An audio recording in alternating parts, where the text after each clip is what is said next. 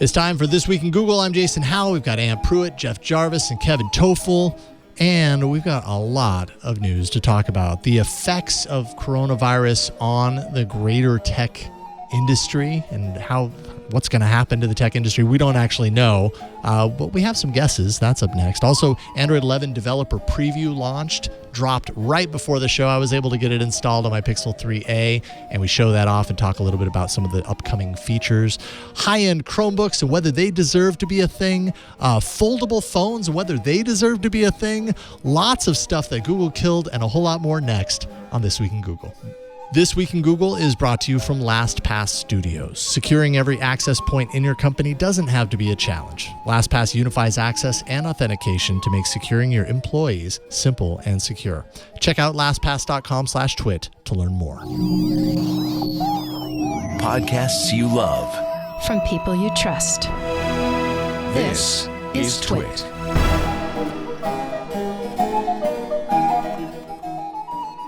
This is Twig, This Week in Google, episode 547, recorded on Wednesday, February 19th, 2020. Google Glass Bagel Rat. This episode of This Week in Google is brought to you by Mint Mobile. They provide the same premium network coverage you're used to, but at a fraction of the cost because everything is online. Mint Mobile makes it easy to cut your wireless bill down to just $15 a month with their 3-month introductory plan, and get the plan shipped to your door for free at mintmobile.com/twig.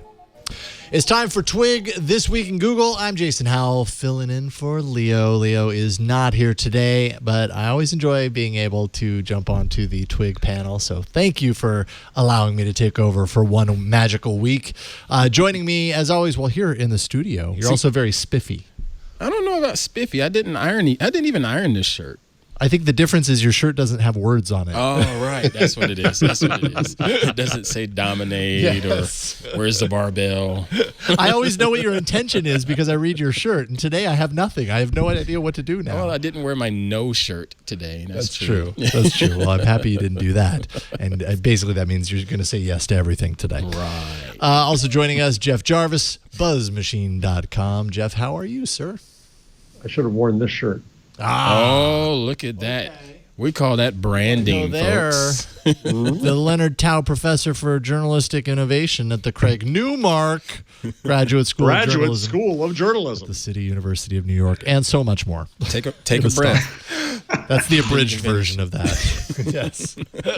Oh, there we are. Okay, you can read it on your screen if you really must know. I love that. Speed readers in the show. I love that that's a graphic that's just on hand for this show.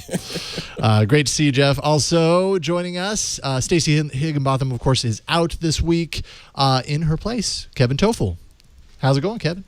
It's going well. I don't have much to say on my lower third. I'm not like Jeff, but I do have words on my shirt. You do have words on your shirt, and they are appropriate to this show. They are applicable. It says, is that go ogle? Is that what it is? Go ogle? Go ogle. Google. Google. Okay. Oh, okay. Now I see. Now I get it. That is. And I have to say, I'm super jealous. I did not know until this morning that Stacey is in my favorite place in the world right now. Where is she? She's on vacation. She's in Scottsdale, Arizona. Oh, that's right. You're an Arizona guy. You're a Sun Devil. That's right. That's right. Do you envision somewhere in your future moving to Arizona, going to where the in about heat 30 of years, is and 40 years? No, it'll be oceanfront property by then. But we went out there in 2014 to go buy a house, and we had lots of options. We were ready to put on some offers, and we had our house in the market in Pennsylvania. We couldn't get any takers for what we needed to make the deal close, so we decided to wait until 2018, which came and went because now my daughter is going to a state university here in Pennsylvania, so I'm not going to leave here now. But I go out there to Arizona once every 1 to 2 years for some Cardinals games, some ASU basketball, and whatnot. So I love it out there. Work on your sunburn. Mm-hmm. Yeah. Work on your sunburn. I haven't spent much time in Arizona, very briefly, but I'll have to go back. I do like the heat. I don't know if I'm going to be, the person that retires to like a place like Arizona, but I do enjoy being able to go to the heat and kind of roast in the sunshine. Weird. Kind of like that. Some people don't like that. I don't understand you people. Well, I mean, you can always layer up when it's cold, but you can't get no lower than buck Yeah, you know what? That When it's doesn't hot. just doesn't work for me. I'd rather just be hot all the time. I don't know. Everybody's different. What a weirdo. I love Hey, you, Mr. take me Howell. as I am. But, I love you, Mr. Howell. I'll find a shirt that has some words to give you next time. Some choice words at that. Well played. So let's see here. Should we start with coronavirus, this chipper topic that's right at the top of the doc? And I think here, I mean, there's a number of stories here in the doc, but I think the overarching question that at least relates to this show is that the coronavirus, the spread of the coronavirus seems to be having some pretty interesting and dramatic impacts on the world of technology. Last week, I believe you spoke on the show, you talked on the show about the cancellation of Mobile World Congress. Right. Good. It happened right before we went on Happened air. right before, yeah. Yeah. So that was big news last week. Still big news because I think the reverberations of that are going to be interesting as we enter Mobile World Congress week. Right. Because some. So, Jason, let me some ask you. We companies asked are this on gonna the be show very last much- week. Does Mobile World Congress ever return, Mr. Android? I mean, okay. I should say I've never been to Mobile World Congress, so I've not been there. I don't have any direct involvement. But does the industry going need it? there.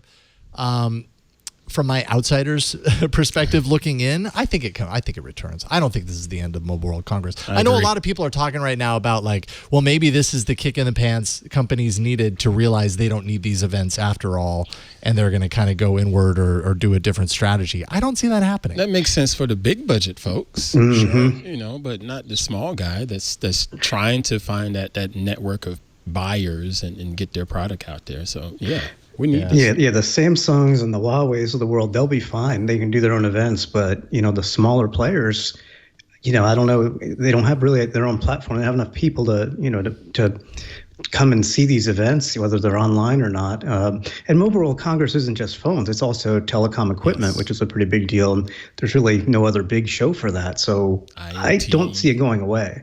Yeah. Lots of IoT stuff, tons of it. It might, maybe it's possible that the GSMA decides to do Mobile World Congress in a different place. Like maybe it's not Barcelona, although even that I kind of find. That's not the issue. Yeah, Barcelona wasn't the issue at all. It was just that there were a lot of companies from Asia that had to come in. Right. But I think a lot of people are looking at this as like an opportunity to change things up. Like, oh, well, if it's not happening then maybe it's resurgence. If there is one at all, maybe it, ends up in a different location or whatever. And I don't think that's gonna GSMA happen. will move that event if it's a benefit to their wallets. Yeah. Just because it's just like anybody else. Who's going to give us the break? Who's going to help us make this thing more financially feasible for us? And I have to imagine Scottsdale, Barcelona's- Arizona. Scottsdale. Just rolling the dice on that one. We'll see how far that gets I us. thought you were thinking more like Shreveport, Louisiana for Mobile World Congress. That'd be a good fit, right? So we'll see what happens there. I think now we're also, 'cause I had heard that Microsoft was pulling out of RSA? Yeah, which I think so. happens next IBM. week. Or sorry, IBM. IBM. Yeah, not Microsoft. IBM pulling out of RSA. Sony backing out of PAX East. So there's a lot of these independent threads going on right now. Facebook has canceled its next conference. So okay, It hasn't. That's the marketing conference. It hasn't Marketing. canceled I/O. It's Not its own F8, marketing. not F8, just a smaller marketing. I mean, okay. thank you. Okay, so not F8. That would be an even bigger. I deal. know of another Facebook conference has that hasn't not been canceled announced. Google I/O either.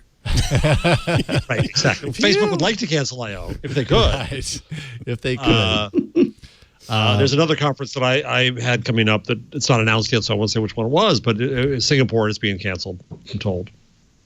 Okay. Yeah, the other thing is, since so many electronics are made in China, you have to wonder what's going to happen to the supply chain, obviously. Right. And I know this is This Week in Google, but I believe Apple just announced that it's not going to meet its investor expectations because they're dealing with supply issues there. Yep.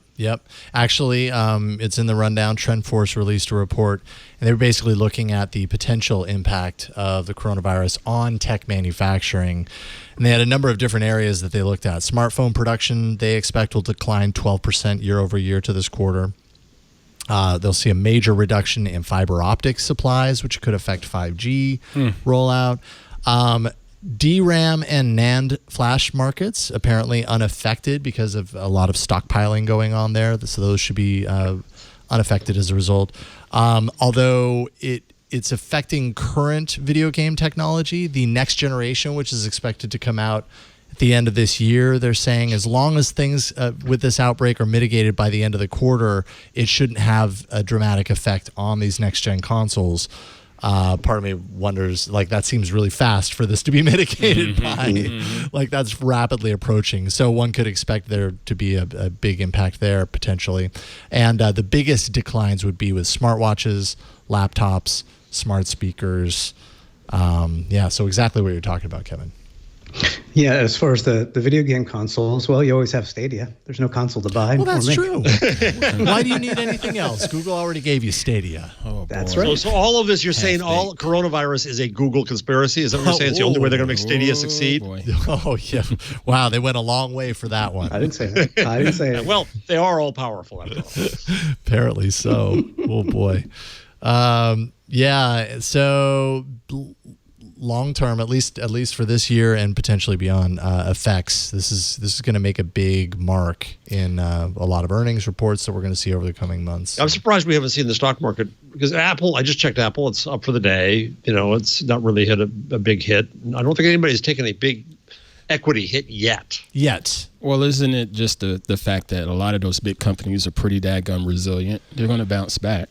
The larger companies, right. They'll definitely weather that storm better. And we talked about this last week. I think, Ant, that with the tariff fears made them 2 years ago, some contingency plans, right? Diversify their supply chains a little more. Yeah.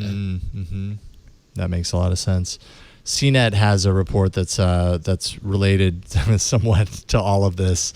I had not seen this until right before the show. Apparently, there's a company creating face masks that are Face ID compatible because it prints your face on the bottom portion. No, this is how you capitalize. This is creepy. This is pretty creepy. It's creepy, but that's how you capitalize, right? Apparently. I mean, look at that. That's just weird. That's the American way. On their site, they said, is it a joke? Yes and no.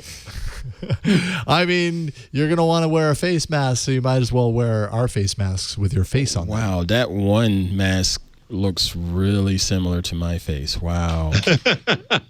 Wow. I mean, this is also a way for us to try on other people's faces. True. Wasn't there a movie that did that? Look at that. That looks really similar to me. Face Off. That was the movie. There it is.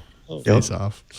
Apparently, these are $40. So if you want to get one, they're not making them yet. You can get on the mailing list to find out when they'll start. Oh, that's right. No official launch. Because they don't want to use up face masks people actually may need. Well, that's okay. Thank you. They just invented them like last week, basically. Good on them. It's basically in the that would be a cool thing, a cool idea stage. I'm surprised it's not Kickstarter, but that's fine. Yes, totally. It will be, I'm sure. An Indiegogo or something along those lines. All right. Any final thoughts on coronavirus, confefe, whatever they call this? Well, Kevin, very important. Coronavirus have any impact on Chromebook Galaxy deliveries? Oof, that is important. Well, you're jumping way down the notes now. I'm just everything. I see everything. You're here. My Chromebook God is here. I see everything now in the light of Chromebooks. There's how we call it in journalism? We have the local angle. This is the local angle in my head. I hear you. So earlier today, I noticed, thanks to actually one of the About Chromebooks readers, that Best Buy has a release date for the Samsung Galaxy Chromebook. That release date is currently April the 6th.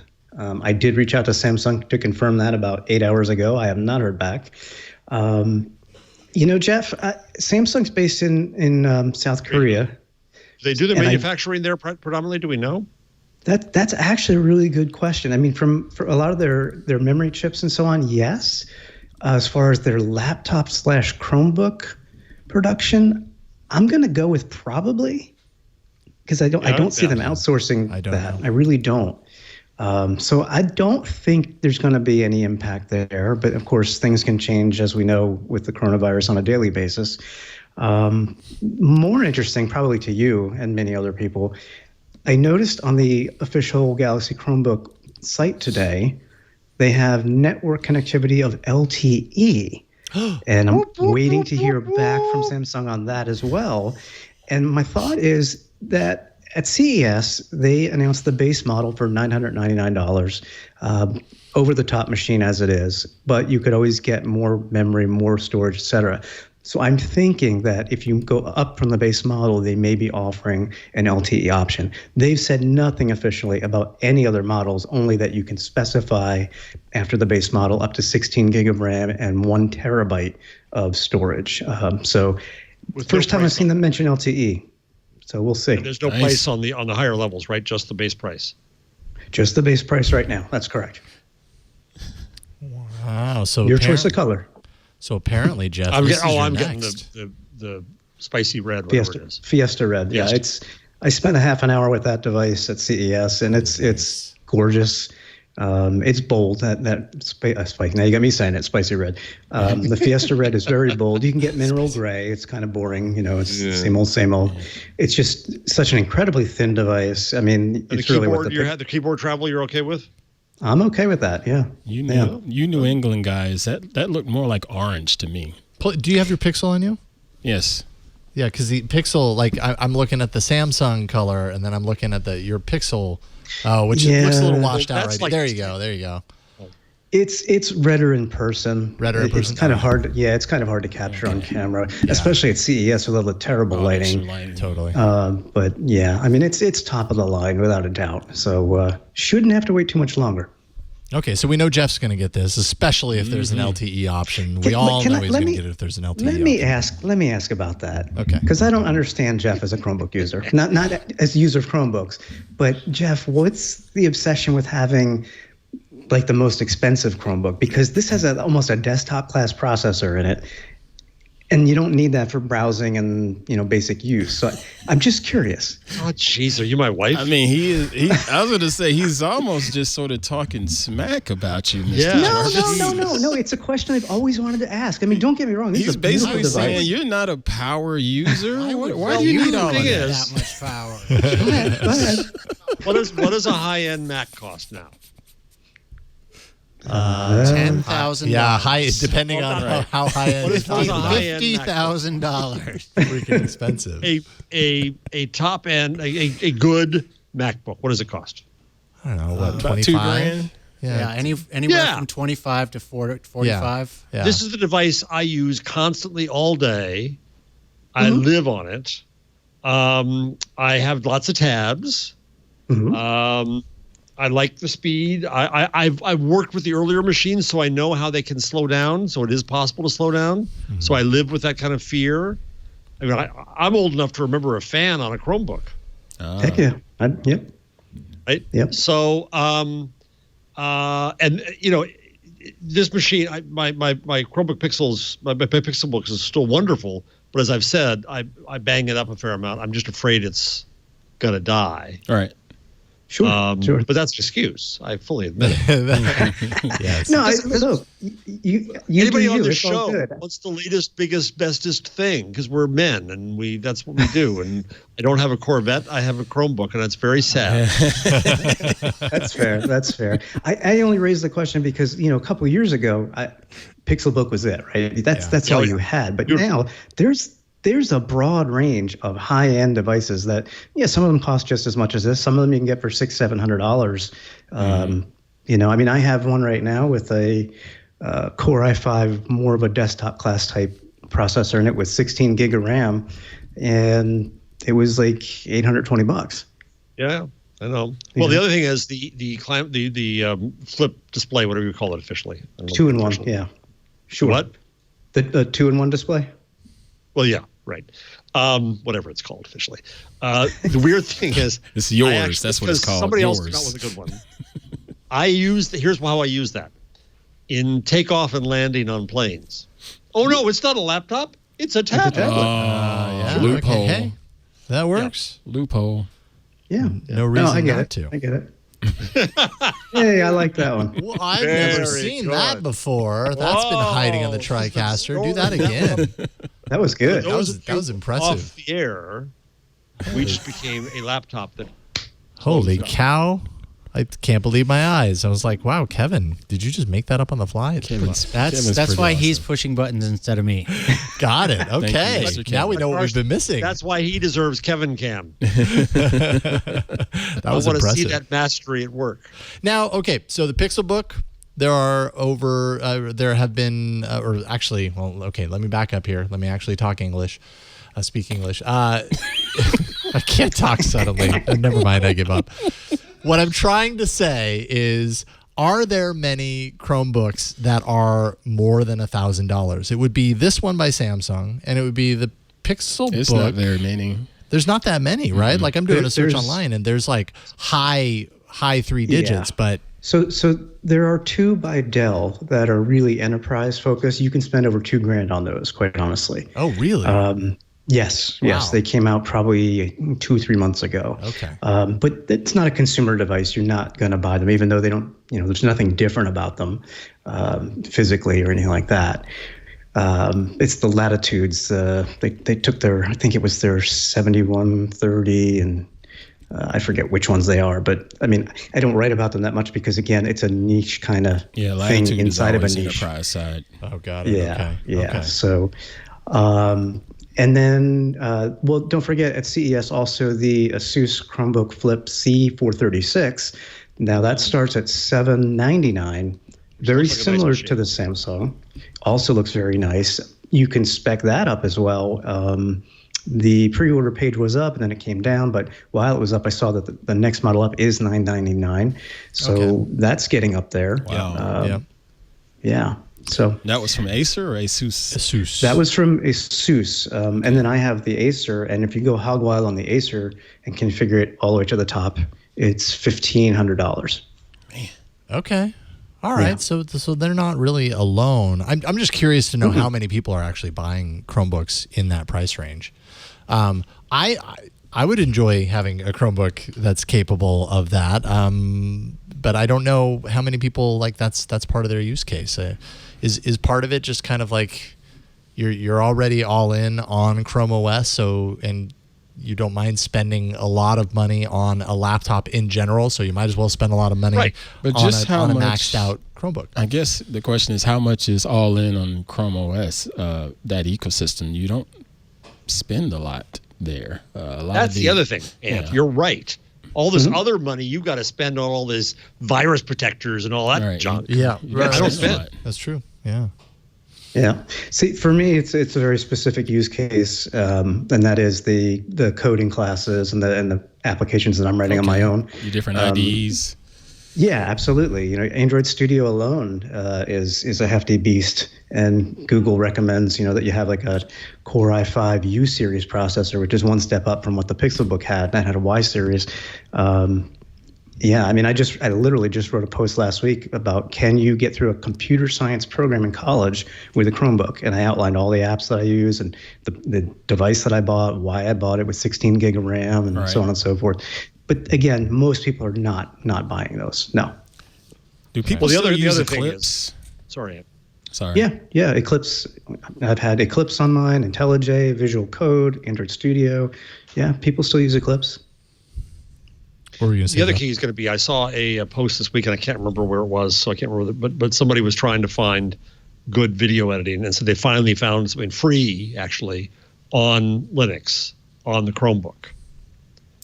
Yeah, there's a couple of video editors on Linux. There's a couple of photo editors too. I mean, you can do everything that you need to do if you edit video and photos, but you have to be comfortable with the non-name brand type, open source applications. But that's also you're telling people to jump into the Linux OS, which is not everybody's cup of tea.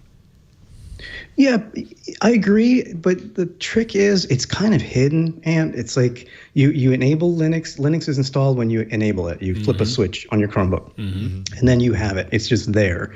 You may need to go into the command line and learn how to download and install an app. You start telling people sudo apt get, and they look at you as if you just talking out the side of your neck, Right. But you do that one time, and to be honest, you can actually download a package manager, or AKA type app store. Right. That's visual. It's got a GUI, and you can just pick and choose. And to be honest, even if you don't want to go the command line route, if the software you're looking for is available in a download specifically for Debian Linux, which is pretty popular distro of Linux, you can download the .deb file, and then in the Files app of your Chromebook, the native Files app, right-click, and one of the options is Install in Linux, and it does it for you. That's it. I didn't know that. No, I didn't know that. Oh, cool. Oh, yeah. So you don't have to use the command line if you can download a .deb package file, which you would just download through Chrome OS. I mean, that's it. That's pretty daggone cool. It's not as scary as you might think. Trust me. Well, I've seen some of the video editors and photo editors on the Linux side. I used to play with one called Shotwell for photos, and video was OpenShot.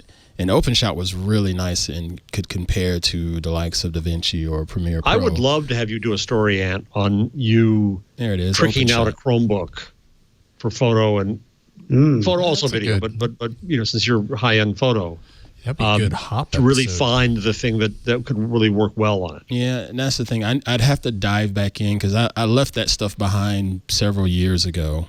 But I'm sure it's better now. Yeah, and that's the thing. I'd like to see it now. Question. I remember OpenShot really being pretty comparable to some regular video editors, but again, it was like trying to tell people, hey, you need to first install Ubuntu or Linux Mint or whatever, and they're like, no, it's okay. That ends up being the roadblock. At the very beginning.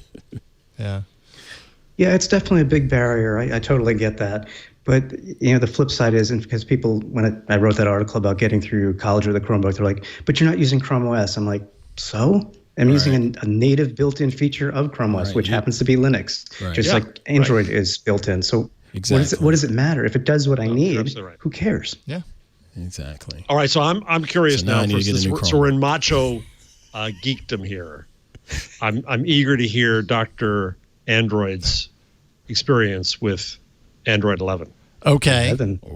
That's right. How about that's the tease? Let's thank the sponsor, and then when we come back, we're going to dive into the new, fresh off the presses release of the first developer preview of Android 11. Or Android R, if you want to call it that.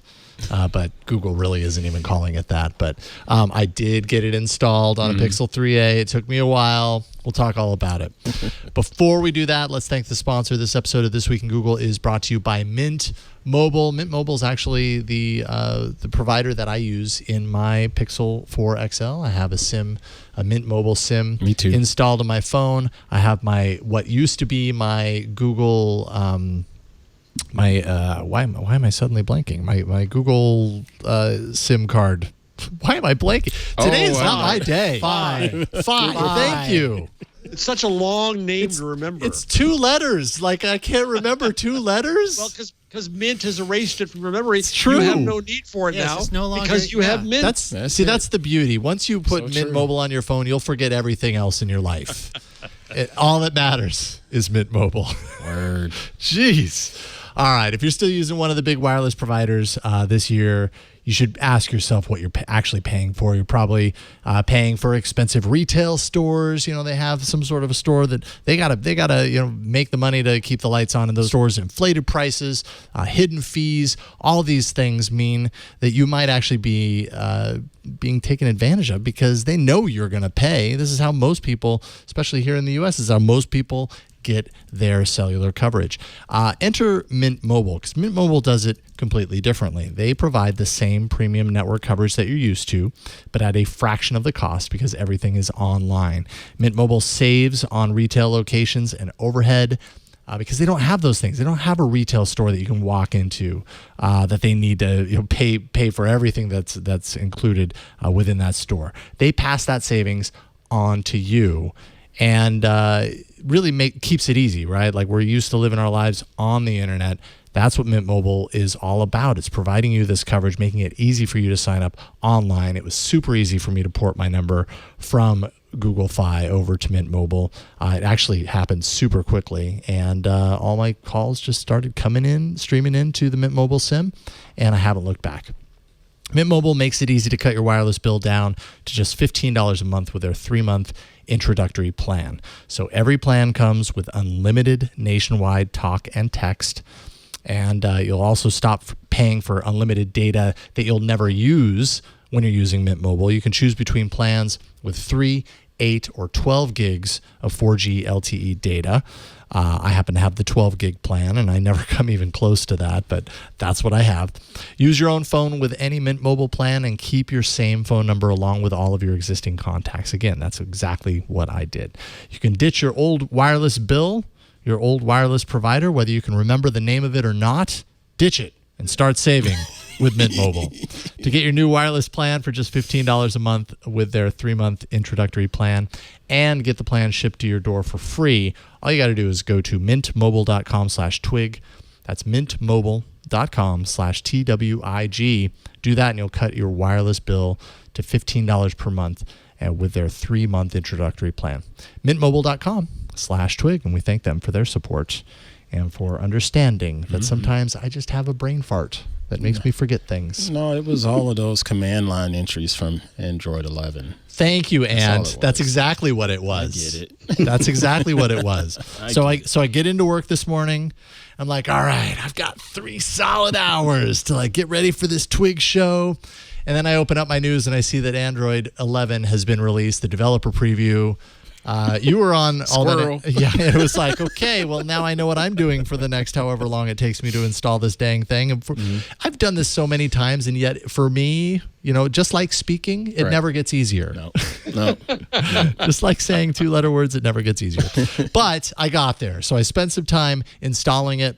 And I wish I had a whole lot to like show off with Android 11. This is Android 11. The fact that it works right there is pretty good. Yeah. So here, let me scroll up so that I make sure I don't miss anything important here. So the preview is out. The only way that you can get the Android 11 preview installed right now is by downloading the OTA or the factory image. There is no opting in at this point for the automatic download via the beta channel, which will be an option eventually, but right now it's so early. This is actually a month earlier than last year's Android 10 first developer preview released. So we're even a month earlier, which makes me wonder if that's going to change the release date at all or what's going to happen. Makes me wonder if your phone is going to blow up. Could. Right now. Very well could. But you know what? It's a Pixel 3a that I had hanging around.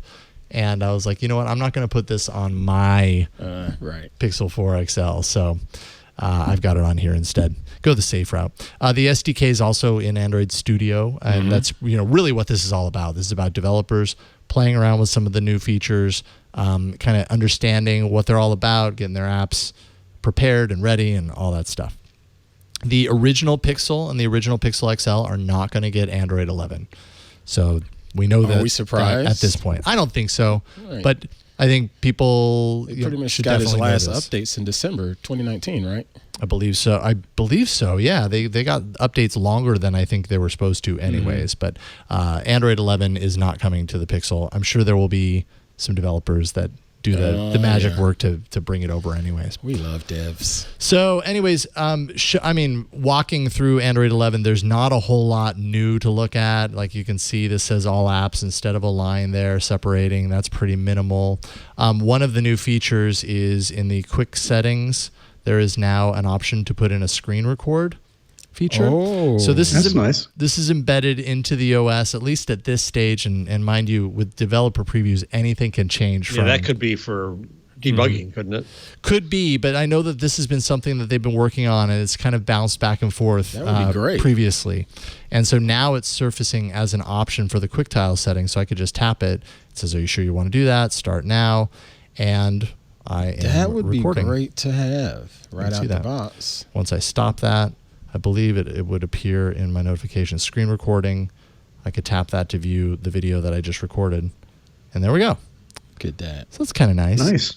I don't know if everybody has a use for screen recording, but yeah, I use that for tutorials. If I'm trying to show someone how to do post-processing in Lightroom Mobile or just whatever it is I'm doing creatively. I've done some screen recordings and put them up on YouTube or on Instagram or something like that. And it's just a way to, to really allow people to be immersed in the process. Yep. You know? Yep. So, okay, so that's one thing I can show you. Another thing in the settings, if I go to do a search for dark mode or dark theme, let's see here, we'll go to dark theme, so, which I know is Jeff's favorite section of the OS. Now you have the ability in the schedule to turn it on from at a custom time, so you can set that up. Also from sunset to sunrise. So if you want it to automatically switch to dark mode as the sun starts to set, you can do that. So yes. yes. Oh, yes. So I wonder Mr. if it's Kevin is awesome. It might be synced up not with the light coming through the camera, as is the case right now, but probably more so with the time of day and your time zone and everything. But it'd be cool to have that as well as the blue filter feature that you can set up. Yep, you can set that too within digital well-being settings. You can put a schedule on that so it would happen at the same time. So you can automate the dark theme on the system, which is kind of nice. What else can I show you? Okay. So there's a lot of permissions work that is apparently happening, continuing to happen with Android 11. Some of those permission changes, it's going to prohibit apps from repeatedly asking for a single permission. So there have been times in the past where it'll keep popping up this request and you deny it and it's still it's almost like it requires you to do it because it keeps asking. Yeah. Now it'll kind of give up. It's like forces the apps to give up. So that's nice. One thing I can show you, so I have Yelp installed here. Yelp says, okay, we're going to need your location. If I say, okay, understand, I get this thing which we've seen before, this message, allow Yelp to access this device's location. You get a new setting in here, only this time. So it's a temporary setting now. That's like, you know what? On just this open, I want Yelp to have access to my location. But the next time that I launch the app, I want that to be reneged and ask me again then. Nice. They made some really great changes last version around that, but they're adding more features. Yeah, I believe it was like right now, like allow it always or just when this app is open was the phrase that it used in the past. But I like this being literally temporary, this time only, period kind of thing. That's pretty slick. Yeah, totally. It gives you a little bit more control. I've turned down the brightness so things aren't so blindingly light for you. As far as things that I can really show you, I think the rest of the stuff is really kind of hidden. I mean, there's one more thing. If I had received a message through like a messenger, one of my notifications that would appear from there, it is labeled as conversation. So I think this, I don't know exactly why that is, but I think they're going to bundle. That means that they're going to be bundling messaging apps under like a single notification tree. We'll have the 87th Google messaging app. Oh, boy. Combining all 86 that came before. Embedded in the OS this time. Boy. Yeah, I don't think it's a new type of messaging app, but it's just a way of organizing messaging app notifications into a conversations tier. Do they have a setting in the notification settings that will let you bundle or unbundle those things? I wonder. Let's see here. I don't know if you got a chance to look there. I know that the notification feature is called Conversations. I'm doing a search in settings for Conversations, or starting to, and these are Assistant or Apps and Notifications Assistant. So these are both tied to Assistant. So I don't think that's what we're looking for. If we do bundles, because I do remember that notification bundling, but I'm not finding anything for that. There is a way to get into settings for that, though. Apps and notifications. Let's see here. So notifications, system UI. I feel like I'm probably not looking in the right zone, but there might be some way to bundle notifications. I know that was part of the previous version. I didn't really use it that much, though. So I swipe away so many notifications without looking nowadays. Yeah. Mm-hmm. Outside of that, I think all the changes, at least at this point, this early point, are not changes that are easy to show off, right? Like one of them is that Project Mainline has added another 12 updatable modules to the OS. Now, if you guys remember Mainline, this is kind of an extension of a Project Treble. It allows certain parts of the Android OS to be updatable without a full system wide update, without like downloading a system image and updating it. So it's componentizing the OS. And that was a really big deal for last version of Android. There were 8 before. Now there's a total of 20 modules that can be updated this way. So more and more Google is kind of pulling out the aspects of Android that could only be updated through an OS upgrade, which manufacturers and carriers could kind of get in the way of that happening, and users wouldn't end up getting those updates. Mainline allows for there to be kind of like a direct pipeline into updating certain aspects of the OS so that it doesn't rely on the carriers or the manufacturers making changes or allowing it to happen. So I feel like slick. Any changes they make related to Mainline are a big deal. That's pretty slick. Also, and it looks like you're going to get one of these every month for the next 5 or 6 months. Yeah, the timeline. Yes, exactly. So does I don't know that I have that article in here. Does it give the timeline as far as like when the final version is supposed to release? I'm guessing like Q3. It's all it is. It's Q3 right now. Okay. Yep. All right. So obviously we're going to hear so much more about this as we head into Google I/O season and stuff. But I mean, there are other features. Support for electronic IDs. So in the way that we use our smartphones for mobile payments, there's going to be stuff built into Android 11 that allow for like digital driver's license. It's public record, right? Yeah. So I wonder if that's just what they're doing, is grabbing the public data some kind of way. But I feel like they have to secure it. There has to be some sort of security around that, and I think that's part of what they're baking in here is kind of the official. But they don't have to. It would be nice if they did, though. That's true. Fair, very fair. That's true. I would like to think that Google wants to protect us, but yes. What do I know? Other permissions changes, scoped storage, which was how apps would have isolated storage from other apps. This is something that they tried to put into Android 10. And then developers got really upset because it kind of broke certain aspects of how their apps were reaching into storage data. And it really requires developers to rethink and reprogram their apps to support this new kind of paradigm. Right. So Google went back on that, but they said, but warning you, Android 11, this is going to happen and everybody's going to be forced to do it. And sure enough, that's the plan for Android 11. I still worry, or not worry, but I still have questions about the permission side of it. And I guess it's more in the consumer's control instead of Google's control. When you mentioned the apps giving you the constant notification for a specific permission after you've denied it several times when you opened it up previously. And a lot of those apps will allege that, okay, our app just won't work until you activate this permission. Google really can't do much about that other than what you were mentioning is they'll make that notification go away. Is that the only control they have, or is it more on the consumer's onus to just say, you know what, I'm just uninstalling this app? I mean, yeah, I don't know how that's going to play out. If a consumer decides, I really don't want this app to have this permission, and that permission is critical to the app functioning. And see, now that's the difference. Critical to the app functioning makes sense. If I'm looking for a restaurant app or whatever, so it's probably going to need my location. Yeah, possibly. Okay, so, but if I'm using a paintbrush app, that doesn't need my microphone.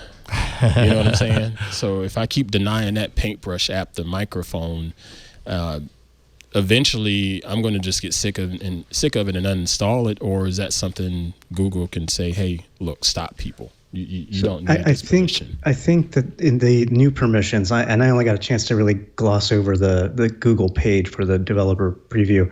If a consumer or a user says after 2 times, deny, all future requests for the app would be considered deny. So they're trying to stop having you get pestered by this. Like, you've made your choice and that's that. I'm almost positive I saw that in the new permission settings. Okay. Yep. I think I saw a couple of times as well. And then at that point, as a user, this is where it gets a little complicated as a user, because then once you've denied a couple of times, at a certain point, you might decide, oh, I want this to work, or you might not remember that you've denied it, and then you go to use the thing and it's not working. You're like, wait a minute, why isn't it working? Well, that's because you denied it a couple of times, like 2 months ago, and you just forgot that you did that. Now you as a user have to remember to go into the settings, the actual user settings for that particular app, go into the permissions for that app and allow it. This is why every time it asks me, Linux on a Chromebook. Right. Every time it asks me, do you want to open this with this or this? And I make a choice, and it says once or forever. I always say once. Yes, even though I know. I'm going to have to do it every single time. I don't want to. Because you never know. It's too much pressure. Yeah, because you never know. I agree. Because sometimes I don't want to default to something that I just installed, even though I may like it. But every now and then, it's just the creature of habit. Yeah. Even though it's like open this with Twitter. No. Right. Can't feel the pressure. Right. It's just too much. I can't ever hit always. Someone please make a GIF of Mr. Jarvis trying to make that decision. There we go. And GIF created, I'm sure. There's also a feature will be a feature to mute notifications while you're recording a video. So have you ever had that experience where you're recording a video with your phone and then a notification comes through, and then when you watch the video later, it's like you hear it. It's like the loudest buzz in the world. Thank you. So that's a small, but I think a good change. Better biometric security support for developers. So I think, I don't know much details about this, but I'm assuming more kind of they added a couple more working padlocks. in more stuff around different types of biometrics. So not just fingerprint. They've had a long time to perfect how Android relates with fingerprint security. But now, of course, with the Pixel 4, we've got this face unlock that's much more developed than the face unlocks that have come before it on Android. So I'm guessing this is kind of more support in that vein. And I think that's about it. That's all I was able to kind of pull together shortly before the showtime to kind of see. But that's quite a bit. Yeah, I mean, quite a bit at the same time, pretty light. And I know that, probably over the course of the next couple of days, we'll get the people who are really diving deep into this, who will find a lot more hidden.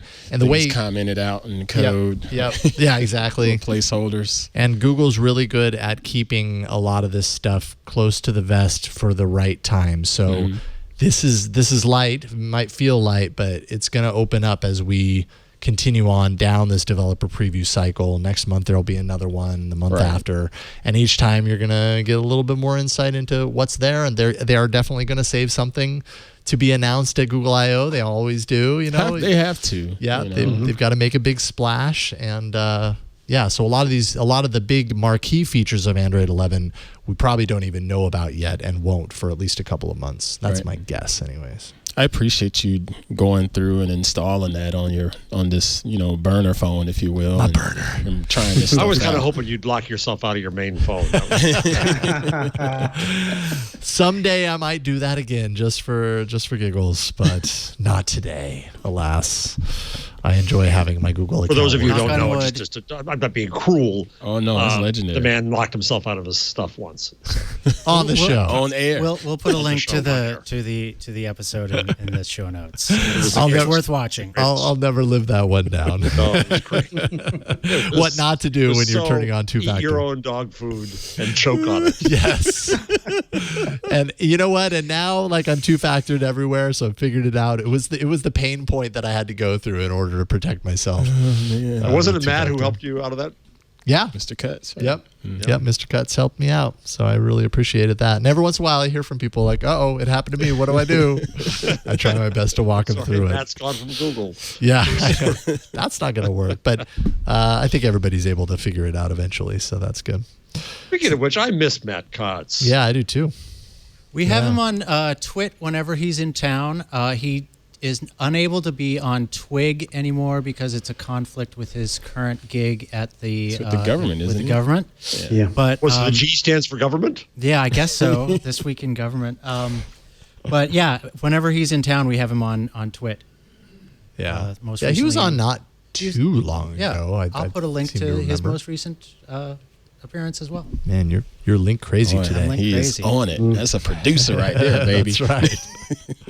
Have you guys ever looked into the stuff that his team is doing, by the way? Like Yeah, actually gone to the websites that they've redesigned and the processes that they've updated? It's amazing. Vets.org is just really cool. Yeah, I'm happy that's working out so well for him. He deserves it. Mm-hmm. Let's see here. So what else can we talk about? The Pixel. Oh, okay, there was a link in here for the Pixel 5, but man, looking at the photo of the supposed concept Pixel 5 phone, and I just don't buy it. There's supposedly a leak of the Pixel 5 that hit a YouTube channel that I had never heard of, although there are a lot of YouTube channels, so maybe this is a big channel, Front Page Tech. So this, first of all, this is Pixel 5 actually making an appearance in AOSP code, which basically just says, yes, there is a Pixel 5 that exists in this world, or it will exist. It's since been removed, but basically it was someone saying we tested this on the Pixel 5, and of course, we all know there's going to be a Pixel 5. Could have been there a year ago. You know what I'm saying? Just to comment it out loud. Yeah. It's not like a Pixel 5 isn't going to happen. I suppose there's the small possibility of that happening. This is the leaked photo, supposedly, of the upcoming Pixel 5 that we won't see until probably closer to the end of the year. And I just don't buy it. I don't see Google going face on it. Yeah. Number one, it's totally anthropomorphic, but I don't know. That's pretty ugly. I don't know. I like that it's matte black. Yeah. No fingerprints. Like, it just doesn't look real. I think this is just an emoji. Somebody's laughing at us. Yeah, it does look like an emoji. With an emoji with war paint. That's pretty much My it. Pixel 5 imitation. Oh, man, it's almost perfectly lined up. That is so weird. How did you do that? The other way. Oh, nice. Kevin, how are you? My goodness. You are a Pixel 5 right now. I've never seen anything so crazy. That is this week's thumbnail. Yeah, right. Might look like a mistake out of context, but better than I can't decide. What do you guys think of the Galaxy Z Flip? Have you been wooed in the direction of Samsung's flippable phone? I want to hear you first, because we made fun of Leo last week. What do you think? If money were not an object, Dr. Android. I think I think the foldables and the flippables and all that are interesting. I think that smartphones have been pretty boring for quite a while, and I applaud any of the companies that are willing to put their money into new form factors. Yep. And I don't think it's a bad idea. I want to see it in person, though. Mm-hmm. I'm really sensitive to the touch, the feel of a display. Right. And I've had displays. A lot of people, right? Yeah, the crease is potentially a problem. I've definitely used phones that there was a Motorola phone years ago that had a crack-proof display, and that's because it was turbo. Layered. Was it the Verizon, turbo? Yeah, the turbo on Verizon. My son shattered glass or whatever they call it. Yes, shatterproof glass or whatever. Right. And right. I mean, I appreciated it for what it could do, but there's no way I could live with the feeling of that display. It was just like I could never get used to it. And so I worry that with these foldables the way they are right now, I'm just going to be too sensitive to how it feels, and that might be a deal breaker for me. When did they go on? Was it this Friday they go on? When did Leo was going to run? They're out. Weekend. Leo's waiting for his Valentine's Day.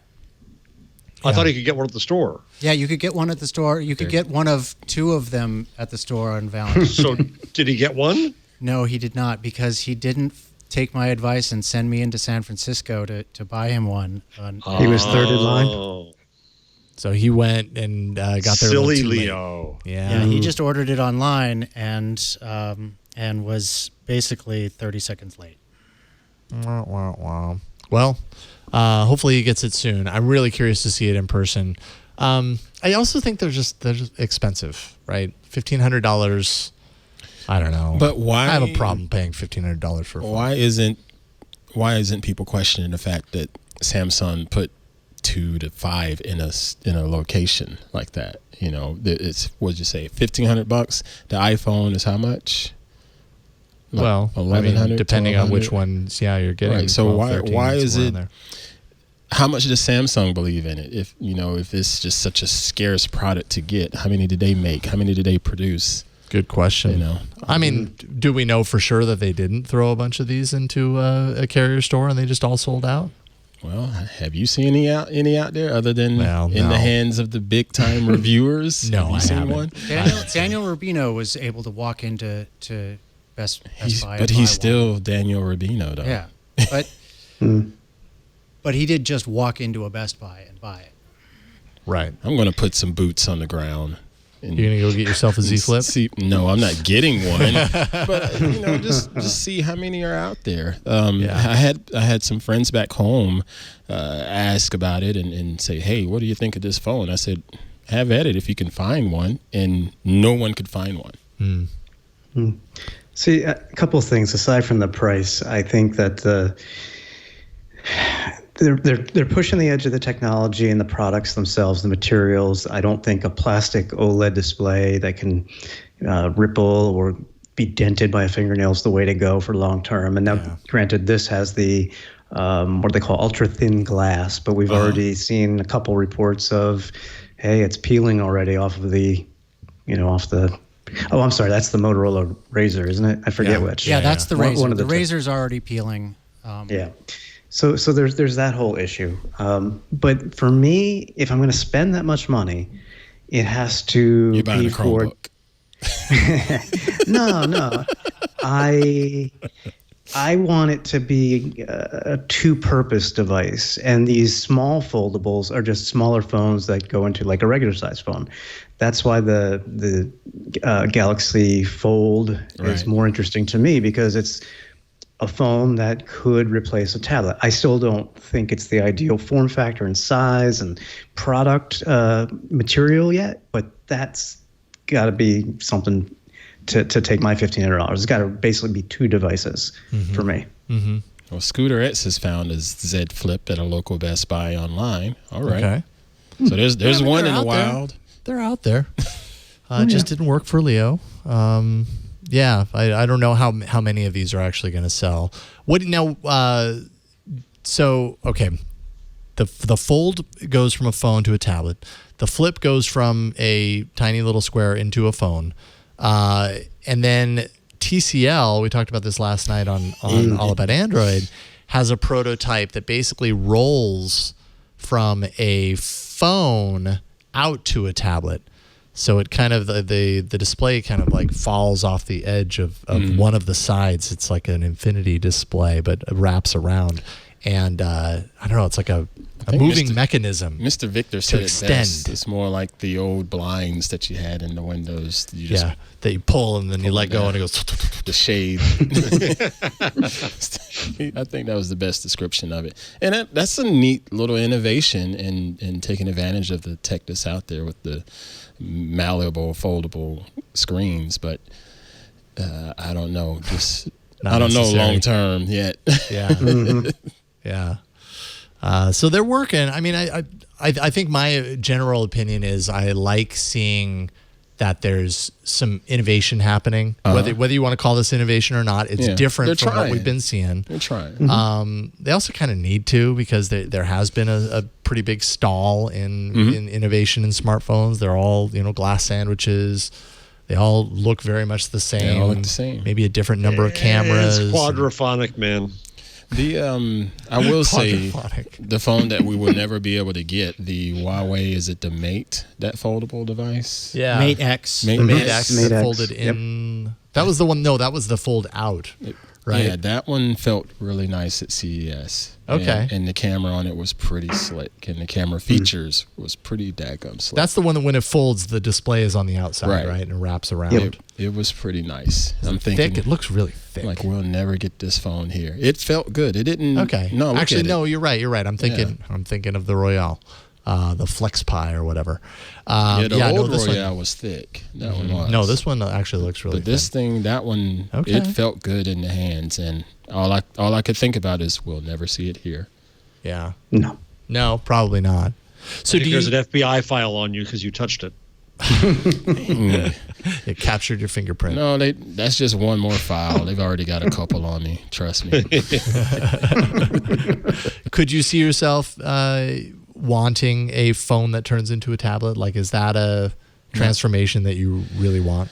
Not really. I do enjoy using the Apple Pencil for some apps, but I don't necessarily see myself using this even smaller form factor to do that type of stuff. So no, my phone just needs to be a phone for the most part. You know what I want? You know what I miss? What do you want, Jeff? I miss my Nexus 7. Oh, why did you get rid of that Nexus 7? Because it's the same size as our Pixel 4 XL now.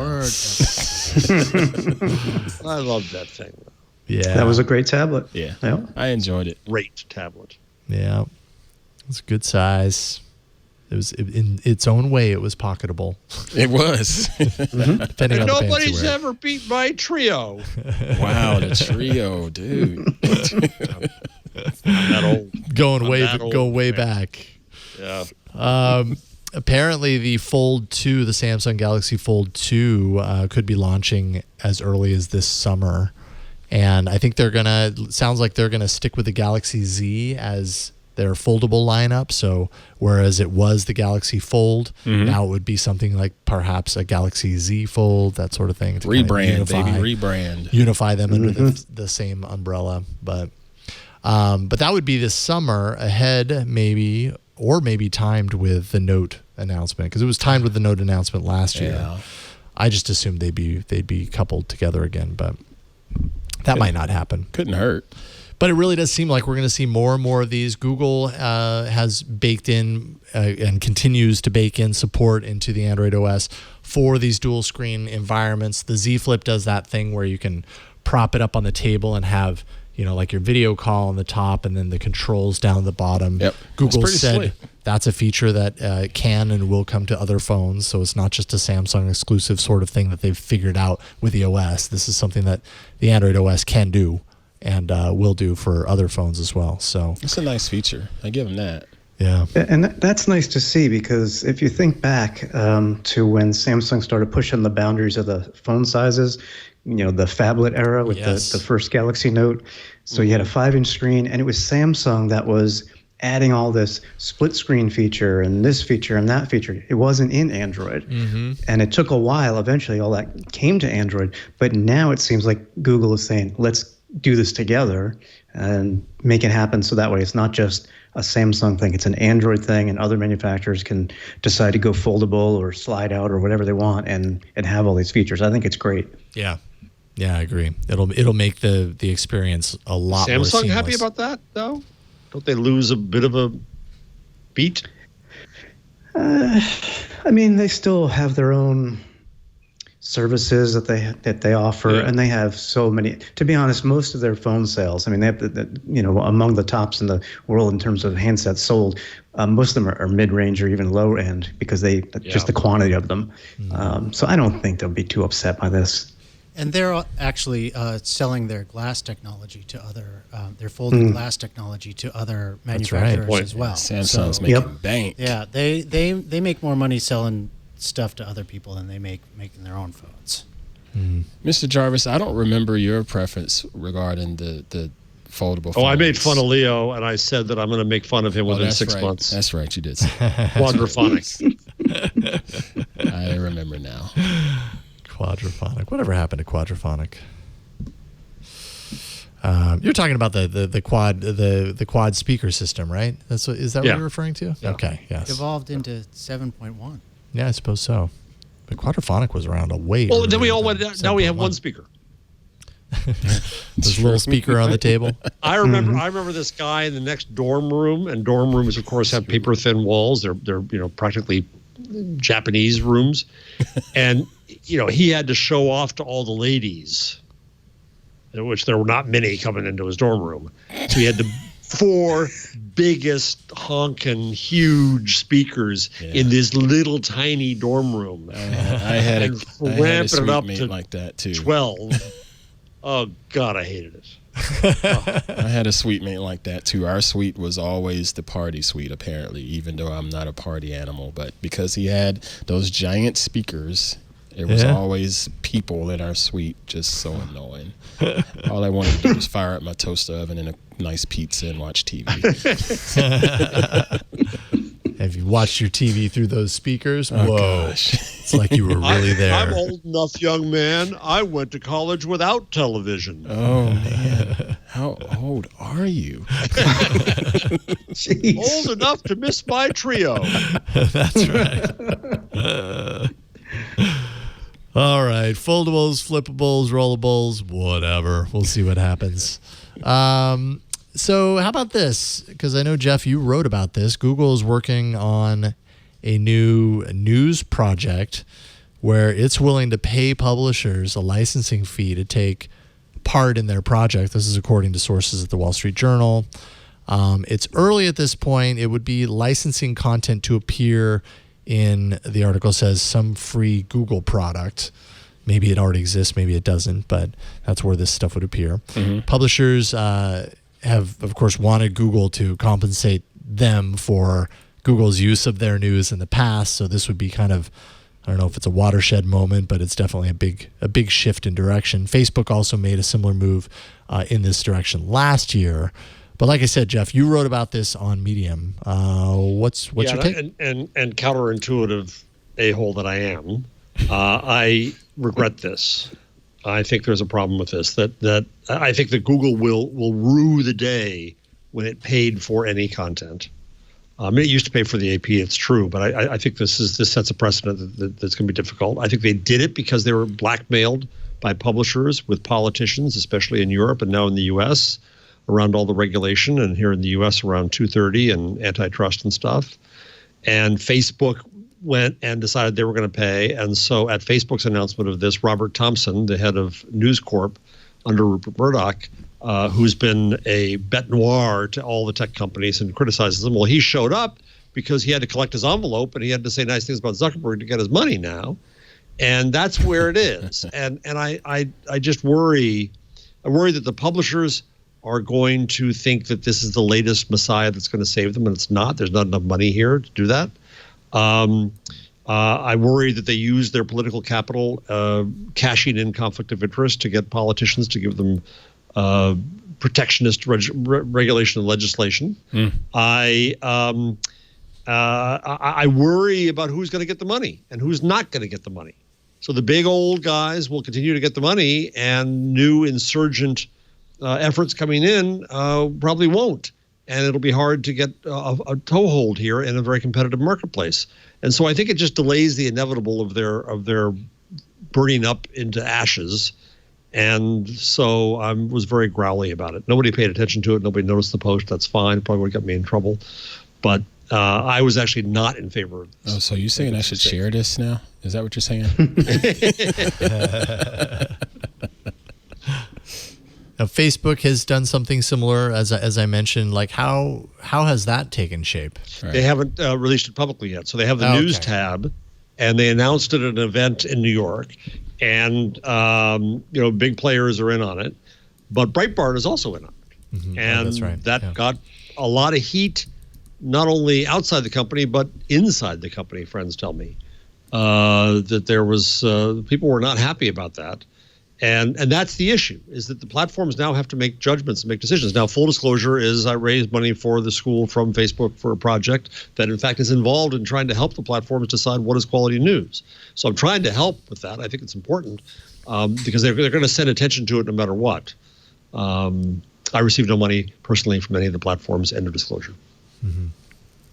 I don't know why, but I thought about us previously discussing news.com, KNEWZ.com. That's probably the most hideous site to try to read. It's endearing in its own right, man. I feel like. Good. It's ugly, but it's also kind of, I don't know. There's something that pulls me to it in its ugliness. It was pretty. Turn it down, please. And all of it, wasn't Breitbart involved with this as well? I don't know if they were involved, but it's very Breitbartian. Oh, okay. Breitbart was in there. Breitbart's linked to from there, yes. Linked to, right. Okay. Gotcha. Okay. Yeah, so but in that case, what basically happened is they are linking to the New York Times and the New Republic and the Washington Post and the Guardian and all these commie rags, and then they kind of hide behind that so they can also link to Breitbart et al. And then it makes them all seem kind of equal. We'll see. So, Do they just curate that stuff, Jeff, or are they paying? Yeah. Or publishers getting paid through news.com or whatever? Okay. Axel Springer did a version of that in Germany where they did pay, as far as I know, trying to replace Google News, but those efforts never really worked. Speaking of Europe, they came up with a big digital plan, and I was struck by it. Is that because you remind me, Kevin, one of the angles on it was that now Europe will start its own Google and its own Facebook. How many years have we heard that? Mm-hmm. Because they're trying to restrict how data flows outside of the EU, but make it flow easier inside the EU, which made me say that, so they actually do want to collect data. They just don't want Americans to collect it.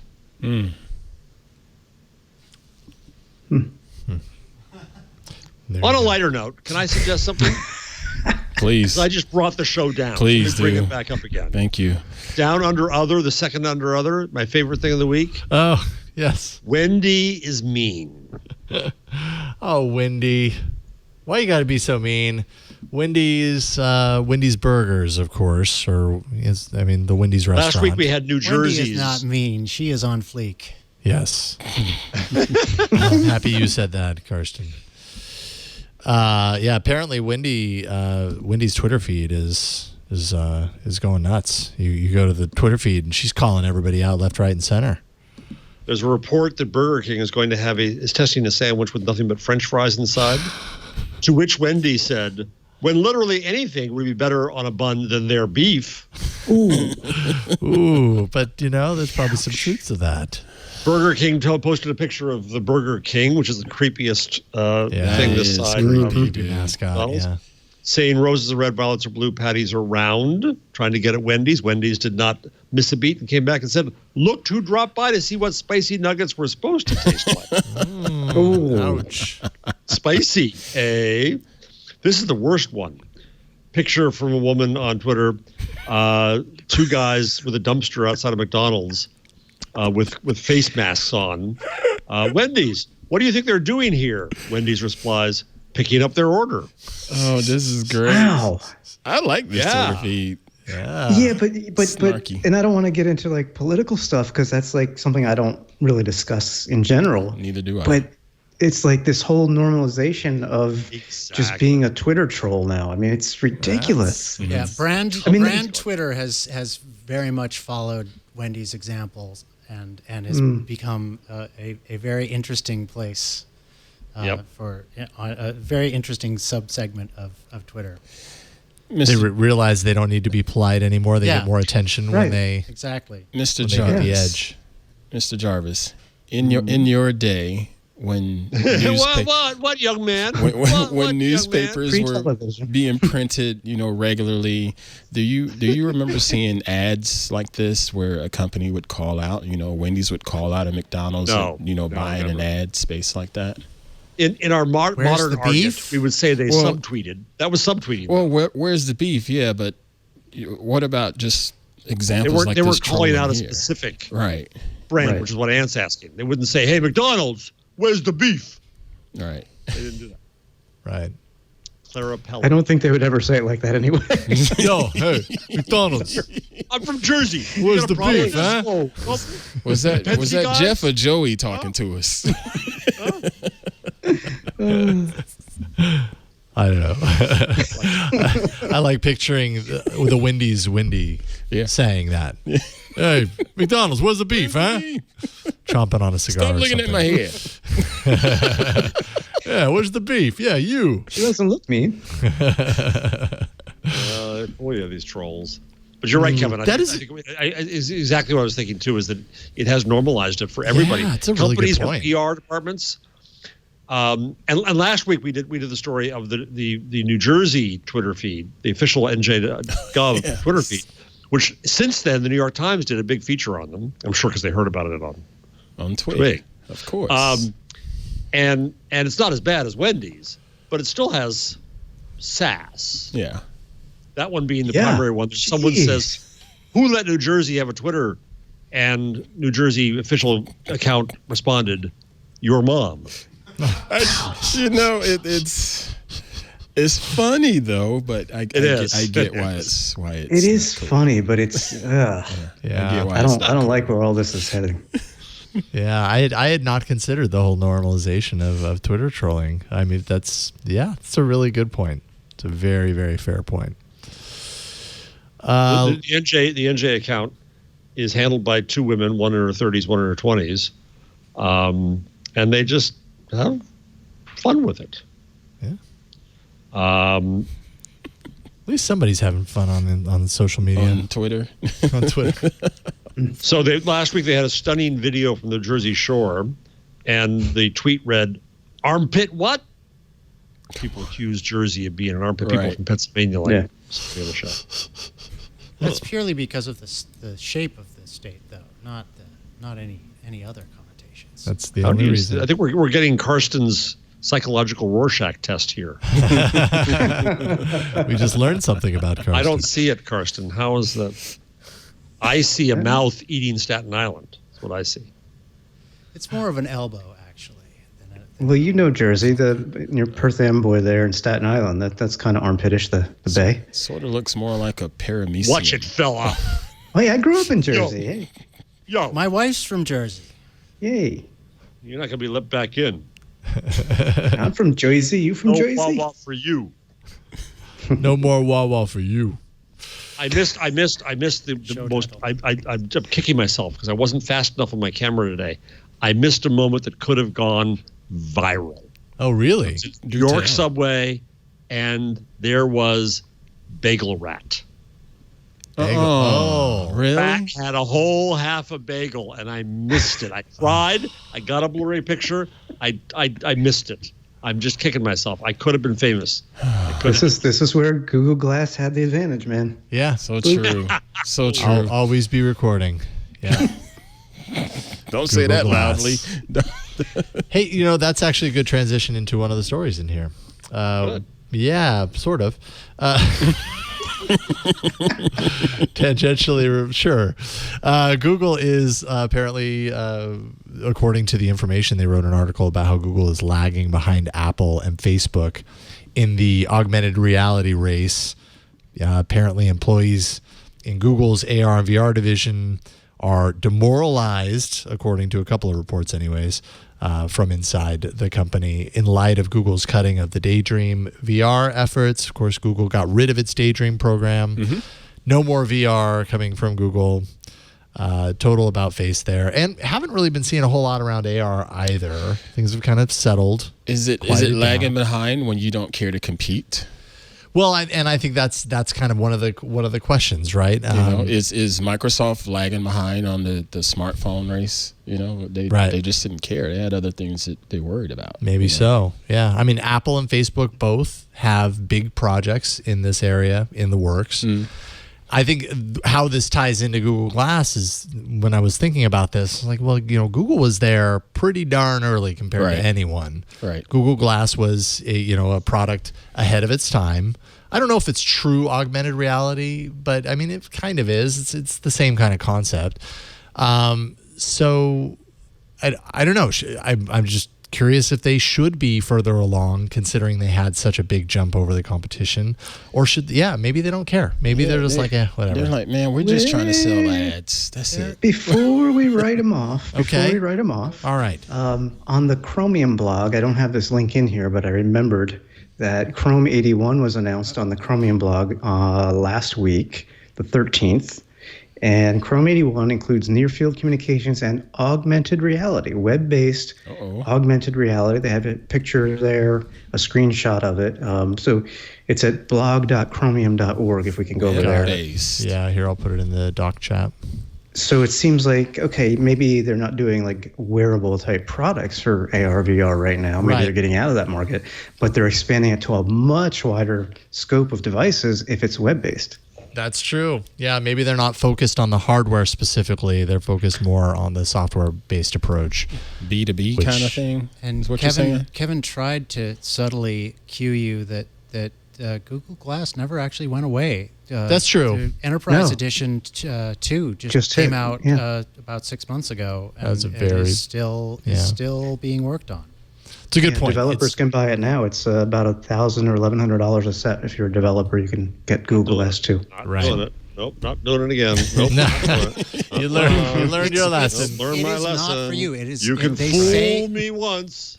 They say in the name Enterprise Edition. Yeah, it is you're not for enterprise, Mr. Jarvis. It's not a consumer product. Yeah. Hey, Jeff, that Galaxy Chromebook is an Enterprise Edition device too. Just so you know. Just kidding. Tried to save me from myself, are you?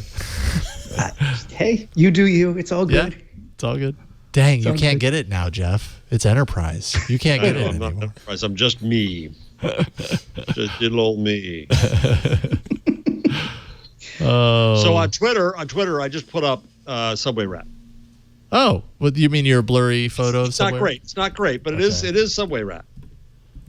Okay. I got it. Logging Bagel in. Rat? I thought you drew it because you didn't get the picture you said. Holy cow. Bagel Rat. Okay. Bagel Rat. Bagel Rat. I mean, bagel. There's Bagel Rat. That's a bagel. Oh. And he's Well, gone. I mean, you kind of got there. Got a little bit of it. It's cute how it prances away like that. I appreciate your efforts. We need AI to enhance that image and show us that it really is a bagel in its mouth, and that it really is a rat. It's kind of hard to see either. Yeah, it might have a rat mask on, from the virus thing. Yes. So, hey. Oh, it's a thing. That's Dad, and it's got to be a picture of Mom, Bagel Rat, somewhere out there. Let's see here. Google is shutting down its was it Station? I believe is what it's called. That Station. Yeah, I think it's called that. Station program. This is something that they've had in place since 2016. It offered free Wi-Fi in 5,000 locations worldwide.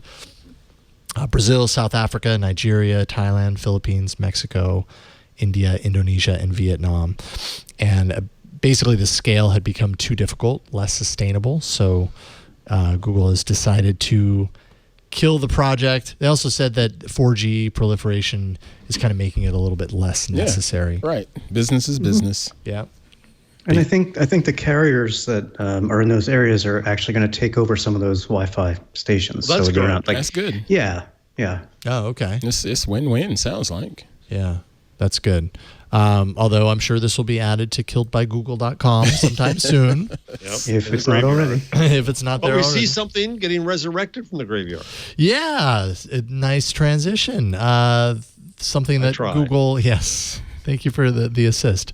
Bookbot was a Google project. It was a 20% project that apparently picked up, I hadn't heard of this before today, had picked up library books from homes and returned them to the Mountain View Library. I've seen like images or renderings of this a couple of years ago or whatever, but I didn't know this was a Google thing.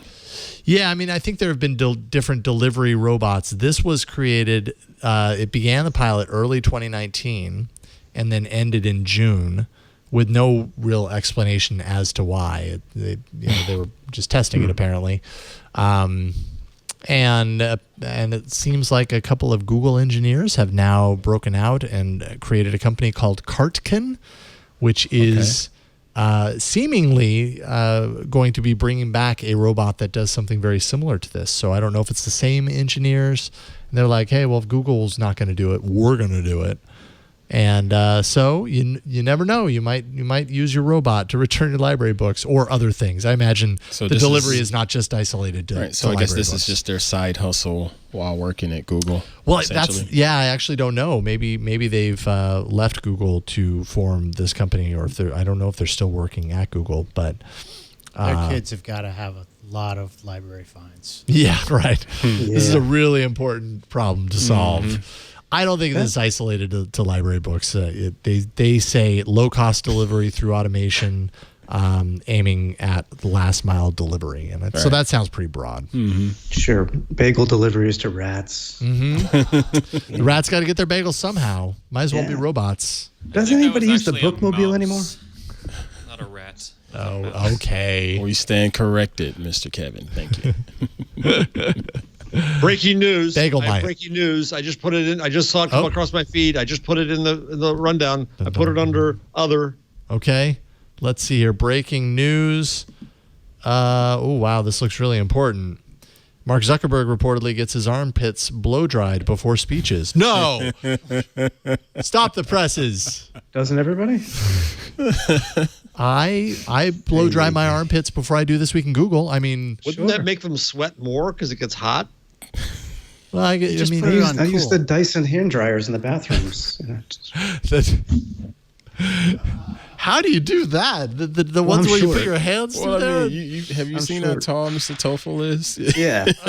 Well, I just don't. About 3'6". You're talking about the ones like on the walls that's like the big U, and you put your hands in there, right? No, the Dyson air blades. I mean, you get both pits at the same time. Okay, I was picturing the hand dryers from bathrooms that's like a giant U, and I just don't know how that works. No, that I use to dry my feet after a shower. Oh, that makes put sense. My feet in there. Yeah. Okay. I sense something coming up for Kickstarter. I can see the air pit dryer. The chat room's already on it. I'm sure. There it is, right where Staten Island is. I'm telling you, that's the armpit. It's so funny. So this is part of a book. Okay, so this is an actual this is an actual fact from a book. This is Levy's book. There's stuff getting leaked. The title is Facebook: The Inside Story, and so apparently it's really inside. By Stephen Levy. Yeah, he's been embedded with him for like a year and a half. So he's been watching as Zuckerberg blow dries his armpits. Hey, you do what you got to do when you're a man of Zuckerberg's stature and gotta public. Fill up the pages facing. with something, I guess. Yeah. Okay. Should we do the changelog? Yeah, I think anything to get out of that. Yeah. All right, let's do the changelog. Whoa. Google changelog. There we go. We got a lot in the changelog this week. Let's see here. This could also be added to Killed by Google. Alphabet is killing Makani, which was founded in 2006. It was spun out of X into its own unit. This is the project that was designing kites that were made to capture wind energy for renewable electricity. Kind of cool looking, like mechanical type kites that were capturing wind energy. Anyways, Google says it's not commercially viable, and so they will be killing the project. I think if you scroll down, there might be a picture of one of those things in the air. Mm-hmm. Yeah, this was one of their dumber projects. Yeah. Interesting project, but not commercially viable. That was a Larry and Sergey. I think we're going to see more of these things dying from the Larry and Sergey years. Yeah, probably so. Pachai is saying, "Get this crap out of here." Is that what's happening right now? You're doing what? Get this crap out of here. Wind kites? What? No. We've got bigger fish to fry. Search widget doodles are now coming to more phones than just Pixels. If you have a Pixel phone, you may have noticed your search widget has these little like doodle animations that appear on certain days and stuff. Now that's not just a Pixel only feature. In fact, it launched on Valentine's Day on a number of other phones outside of the Pixel family. So you'll see little animations in that Google search bar down at the bottom, like that one, although it'll be moving because it's an animation and not a picture. So pretty interesting, sort of, kind of. Stadia, a couple of pieces of news around Stadia. First of all, if you bought if you were an early adopter and you bought the Founders Edition, you know that it came with it included a 3-month membership with the Pro service, which is the only service that Stadia offered at that launch, at that early launch. Those Pro tiers are about to end. So those 3 months, we're almost at the end of that. When that happens, Google has announced that their free service tier will go into effect for all those folks, unless they choose to pay for the Pro service. And basically what that means is the Pro tier offers, higher quality streaming, certain games that are added to the library. So if you end up going down to the free tier, those games that were included with Pro will be removed from your library. You'll be limited to 1080p streaming, which is the upper end of the free tier for Stadia. Mine ended today, and I unsubscribed last night. Oh, okay, good. You got right in there. So you got the Founders Edition. Do you play it regularly, or what do you think about it? So I did a lot over the break in between semesters, But now that school's back in, it's been 5 weeks of school, I barely had time to touch it. Yeah. I did purchase about 5 games, all of them at a discount. So those I still have access to. Mm-hmm. And the free games, it was nice to have, but that's okay. I just don't have time to play, so I'd rather not pay for it. And it's okay they don't have 4K. I'm not a big gamer. I play on a Switch sometimes. I'll play on a phone. I'll play on a Chromebook. I don't need 4K. So. Yeah. 1080p is great. I mean, especially for free. And if you've already, got the games in your library, that's awesome. Maybe at a certain time you have more time on your hands, or you want. And then I just re-up the $10 a month, and I don't know if the pro games then come back. That's what I'm curious about, because I claimed them. They're not in my library now, but would they reappear? I don't know. That's a good question. Good question. Yeah, I would imagine if you claim them, then they would reappear. I would hope so, anyways. All right. Well, also, if you don't have a Pixel phone, you won't be left out of the party. Apparently, Stadia is coming to more than just Pixel phones now. They've added support for Galaxy S8 through current Galaxy S phones, Razer phones, both versions of the Razer phone, both versions of the Asus ROG. Republic of Gamers. I can never get that right. And there's like 4 different ways I could say that, and I get it wrong every single time.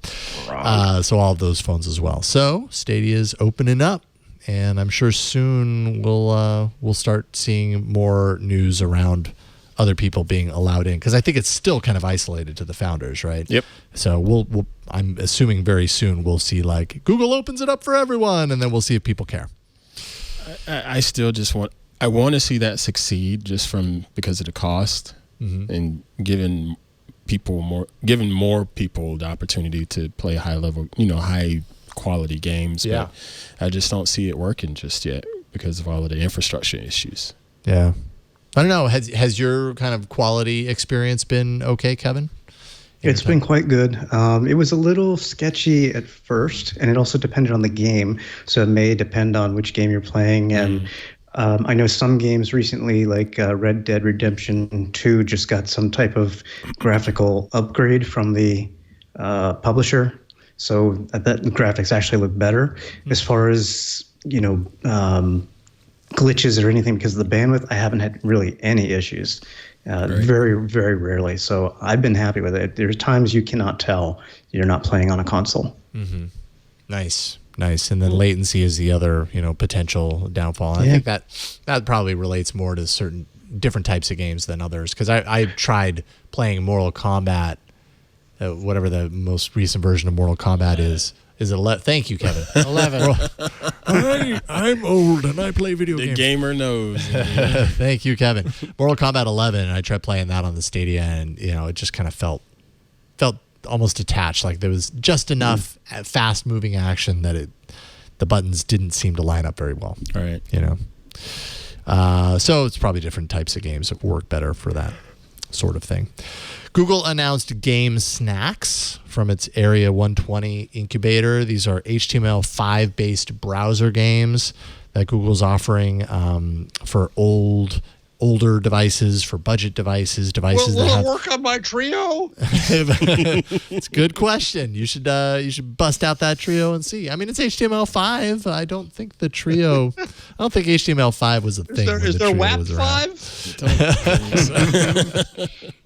Whoa. Probably not. I'm thinking, Jeff. But if you have an Android device that has minimal processing power, minimal memory, not me. Like as Kevin knows, I only buy the best. Then you probably won't be playing these. These are really designed to work in really poor network conditions on lower end devices. So, is it work offline or is it just? That's what I wondered. Well, it says on any network. So I think you have to be online in order to download it, in order to load the page. And then I would guess that it would work at that point. It'd be all loaded up. Self-contained. Yeah, I would imagine so. But you got to be connected to load it for the first time. So let's see here. Google launched a cloud region in Seoul. It's its first in the South Korean market. Customer base includes Samsung, LG Electronics, SK Telecom, and a few others. It's competing with a cloud vendor space in the area, along with Alibaba, Huawei, AWS. So this is potentially a big move for Google and its cloud efforts. And then finally, I'm happy with this one. Ant was indifferent last night on All About Android. I imagine either both of you or one of you will be pretty excited about this. 9 to 5 Google torn down the latest version of Gmail for Android, and they are finding that Inbox's bundles might actually be coming soon or around the corner. Essentially, they're integrating this with labels in Gmail to the point to where Gmail will be able to automatically decide that this email coming in belongs in the travel label. Why don't they just damn sort of keep stuff. Inbox? That ship has sailed. I agree, but that ship has sailed. Yeah, it's sunk. I don't see that coming back anytime soon. Coral reef growing on it. Yeah. Yeah, exactly. But if they can integrate bundle-like features into Gmail well enough, then I'll be pretty happy, because that's my one big annoyance with Gmail is just all the manual maintenance I have to do on setting up filters, and it was just so nice to grab that email, drag it over into the bundle that I wanted it to go. Well, it is, but when I did that in Inbox, then it would give me a pop-up and it would say, do you want all messages from this person or like this to go there? And be like, yeah, that's what I want. Okay, so you then I don't have to think about it anymore. You dragged and dropped one time. That was a manual effort. You can create one filter for that same thing. So go up to the menu, pull down filter, open up the thing, do the little search term, hit search, find all the things, make sure it's showing me the right things, then click yes, apply to all, and also apply this label and remove it from my inbox and go. That's like 10 different things I have to do versus just dragging it over once and saying yes. At least it's not Outlook. I don't know the last time I used Outlook. It's been a long time. Outlook on mobile is pretty good. I've heard that it's good. I hated Outlook. That was way back in the days, Exchange days. I hated Outlook. It was so bad. We use it for school, and I'm surprised at how really clean and good it is. Yeah. Yeah, Microsoft's doing some pretty good apps for Android, so I'm not surprised about that at all. Exchange server and Active Directory. I couldn't stand it. It never worked right. And that is the Google change log. All right. Bombastic. Any last bits before we get into tips, tricks, and numbers and all that? I mean, we already talked about Zuckerberg's armpits. You're welcome.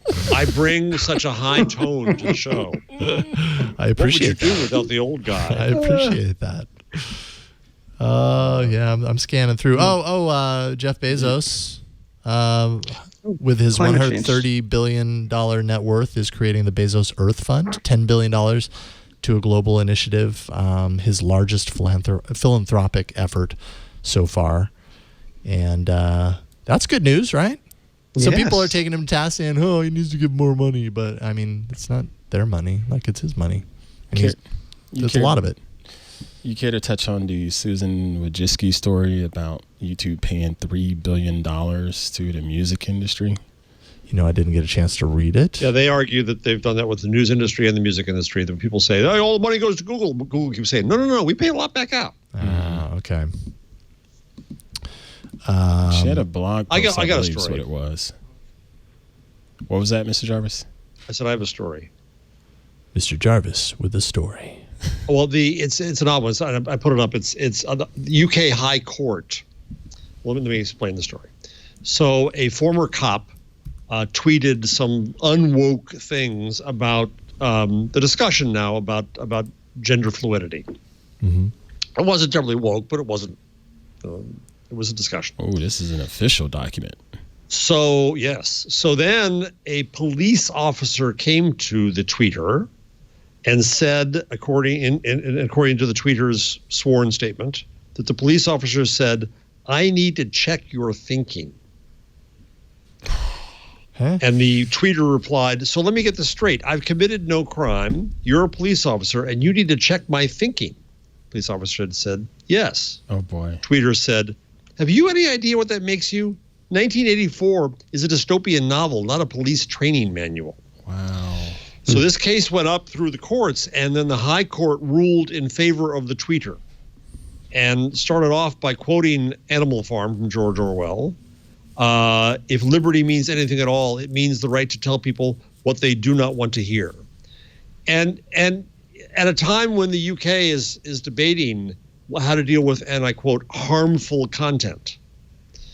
This is, I'm sorry, but this becomes a preview of what we're going to see. And I always emphasize in these moments, I'm a Kamala Harris Democrat in mourning. I'm going to sound like a libertarian right now, but I stand for freedom of expression. And this kind of stuff scares me when authorities think it's their job and to check people on their legal thoughts and to bring the force of law down upon them. So I just wanted to raise this next time I scream moral panic on the show. Oh, wow. Sorry, I did not get a chance to read through this, but no, you can't read the whole thing. No, that's why I knew I would have to summarize it for you. But it's pretty amazing. No, I mean that's very worrisome. His tweets were not woke. Let's be honest, but it was a discussion. Yeah. Well, that reminds me of another article actually that's in here. Let me see here. Scrolling up to Google. Where is it? The Australian court. So in Australia, an anonymous Google user left a bad review for a dental surgeon's business, urged people to stay away, called the procedure extremely awkward and uncomfortable, which, I mean, I feel like that's a valid... This was Leo's addition to the doc. That's a valid view of someone's experience, is that it was extremely awkward and uncomfortable. Maybe it actually was. The doctor got a judge in Australia to rule that he could pursue defamation and insist Google hand over identifiable details as a result of that. That's defamation? Really? Well, apparently, according to this judge in Australia. They'll argue that there's real harm. Oh, man. I mean, yeah. So, is that suppression of important information as a result? I mean, maybe his experience was bad. Right. And, of course, a doctor would not want someone to know if the experience was bad, or someone would not want others to know that. Doesn't mean they shouldn't have the right to tell people. You leave a bad review, the establishment normally gets back, says, "Hey, we're sorry. What can we do to make this bad review better or right?" A good establishment would, yes. Right. Yeah, there are a lot of people that have come after Yelp and Google, yes, and various other reviewers for similar things to this. Dang. Yeah. So I don't know, but that's an Australian court, so who knows, what how that reaches into other jurisdictions, but kind of interesting, right? And especially just like reading the review and being like, all right, like this feels kind of valid to me. If I had a really bad experience with a dentist, I would probably be pretty emphatic about like, this happened, I didn't like it, I would recommend you don't see this person, whatever. You have every right to share that. I would imagine so.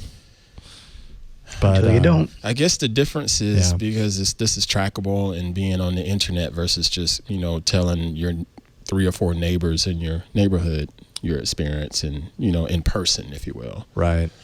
Wow. Yeah. Well, our libel laws are different. Yeah, that's true. UK and Australia. Yeah. All right. Well, I think we've done it. All the news, every single piece of news from the last week, we've already talked about it. So if we didn't talk about it, it didn't happen. It's just not worth talking about. Yes. It just isn't. Well, let's do some picks. Starting with you, Jeff. What's your number? What should I do here? Okay, so numbers regarding Twitch. So I didn't know that. I saw something about Twitch having a chief revenue officer coming to speak at an event in New York, and I thought, Twitch revenue? Oh yeah, it makes a lot of money. So as we talk about Facebook taking over the world, Google taking over the world, of course, don't forget that Amazon is poised to take over the world. They bought it in 2014 for $1.1 billion. Its market share of streaming, however that's defined, these kinds of streaming things, is 61%. A space including YouTube gaming, Facebook gaming, Microsoft Mixer, with shares of 28%, 9%, and 3% respectively. 3.4 million monthly broadcasters, 15 million daily users. And so the argument here is that it's poised to rake in, this is from Motley Fool, so they're trying to look at what stocks to buy, poised to rake in billions. I tell you, billions. Billions of dollars. Amazon does not disclose, of course. One report from the information estimates Twitch ad sales estimated at $230 million in 2018, $300 million last year. But those fall short of the company's target of $500 to $600 million in ad revenue for 2019. We'll see. So I think Twitch is one of those things. Because I'm too damned old, because I still like my Trio, and I'm not cool like Kevin and play games in all these newfangled cloud game thing ways that I don't get. What is so that? I don't understand. I'm too old to understand Twitch, but I keep on ignoring it too much. I think it's too much of a force out there. So this is just a good reminder. How many people watch the podcasts of this dear enterprise on Twitch? That's a good question. Yeah, I don't know the answer to that question. Okay. Do you have any ideas on that, Carson? I don't know the numbers for that, but it is definitely one of our biggest channels for live stream. Yeah. Are there people who it'd be interesting to have like a Mystery Science Theater 3000, somebody narrating, watching Twit. Oh boy. Leo, you always say that. You're giving away a really good money-making opportunity to some enterprising fan out there. We need to set this up right now. Yeah, it'll be our second channel. It'll be like our MTV2, where we just have a staffer sit in front of. Don't do that. That's when MTV went downhill. Yes, it's true. Okay, all right. Wait, so don't do that. We'll have live streams of Apple's events and then live stream that to. Yes. Okay. Right. Yeah. Excellent. So Talking Heads on Talking Heads. on Twit 1. Yep. On Twit TV 1, we will actually do the live coverage of the Apple event. On Twit TV 2, we will do live coverage of the Apple event in a Mystery Science Theater 3000 sort of way. I don't quite get his point he was making there. Doesn't look like Leo got it either. No, it's not about what they're talking about. Apple's talking about at all. That's on Twit 1. Right, got Twit 2 is entirely about how we're doing. Got it. Okay.